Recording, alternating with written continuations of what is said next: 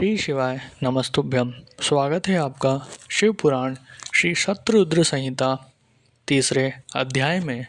अर्धनारीश्वर शिव। नंदीश्वर बोले, जब ब्रह्मा जी द्वारा रची हुई इस सृष्टि का विस्तार नहीं हुआ तब वे बड़े चिंतित होकर विस्तार के उपायों के विषय में सोचने लगे। ब्रह्मा जी ने विचार किया कि यदि कोई इस संबंध में मेरी मदद कर सकता है तो वह सिर्फ भगवान शिव हैं।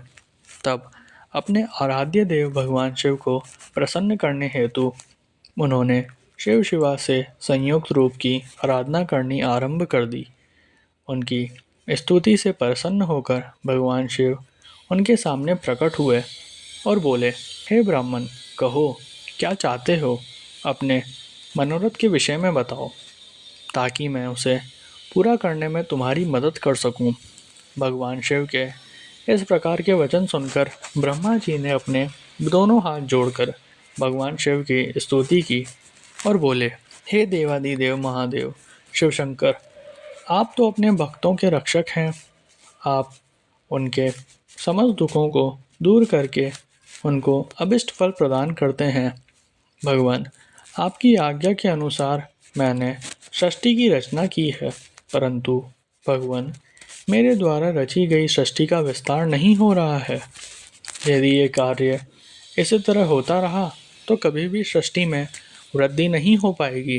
तब ब्रह्मा जी के इन वचनों को सुनकर भगवान शिव बोले, हे ब्राह्मण, मैं जानता हूँ कि तुमने अपनी सृष्टि में प्रजा की वृद्धि के लिए मेरी पूजा आराधना की है। ये कहकर शिवजी ने अपने शरीर से देवी शिवा को अलग कर दिया। देवी शिवा को वहाँ देखकर ब्रह्मा जी देवी शिवा की स्तुति करने लगे और कहने लगे, देवी, आपके पति भगवान शिव की ही कृपा से इस सृष्टि का सृजन हुआ है। भगवान शिव बोले, हे ब्रह्मा जी, मैंने आपके मनोरथ को पूर्ण करने के लिए ही देवी शिवा को प्रकट किया है।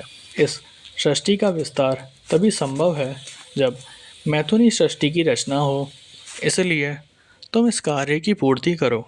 यह सुनकर ब्रह्मा जी, भगवान शिव और शिवा दोनों की प्रसन्नता हेतु कार्य करने लगे।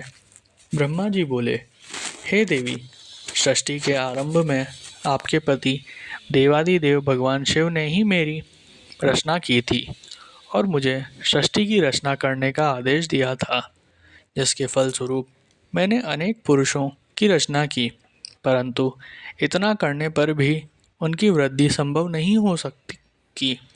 इसलिए माते, मैं अपनी प्रजा की वृद्धि हेतु आपकी शरण में आया हूँ। प्रजा वृद्धि तभी संभव है जब सृष्टि का निर्माण कार्य अर्थात वृद्धि स्त्री पुरुष के समागम से हो, परंतु अभी तक मैं नारी को प्रकट नहीं कर पाया हूँ। हे शिवे, आप मुझे नारी की सृष्टि करने की शक्ति प्रदान करें। हे सर्वेश्वरी, हे जगत जननी, मेरे कार्य की सिद्धि हेतु आप मेरे पुत्र दक्ष की पुत्री के रूप में जन्म लीजिए। ब्रह्मा जी की प्रार्थना को मानते हुए देवी जगदम्बा ने दक्ष की पुत्री होना स्वीकार कर लिया। ये कहकर देवी शिवा ने भगवान शिव के शरीर में प्रवेश कर दिया। तत्पश्चात शिव शिवा वहाँ से अंतर्ध्यान हो गए। तभी से शिव शिवा का अर्धनारीश्वर रूप विख्यात हुआ और इस संसार में स्त्री जाति की रचना संभव हुई। ये अर्धनारीश्वर स्वरूप वर्णन अत्यंत आनंददायक एवं मंगलकारी है।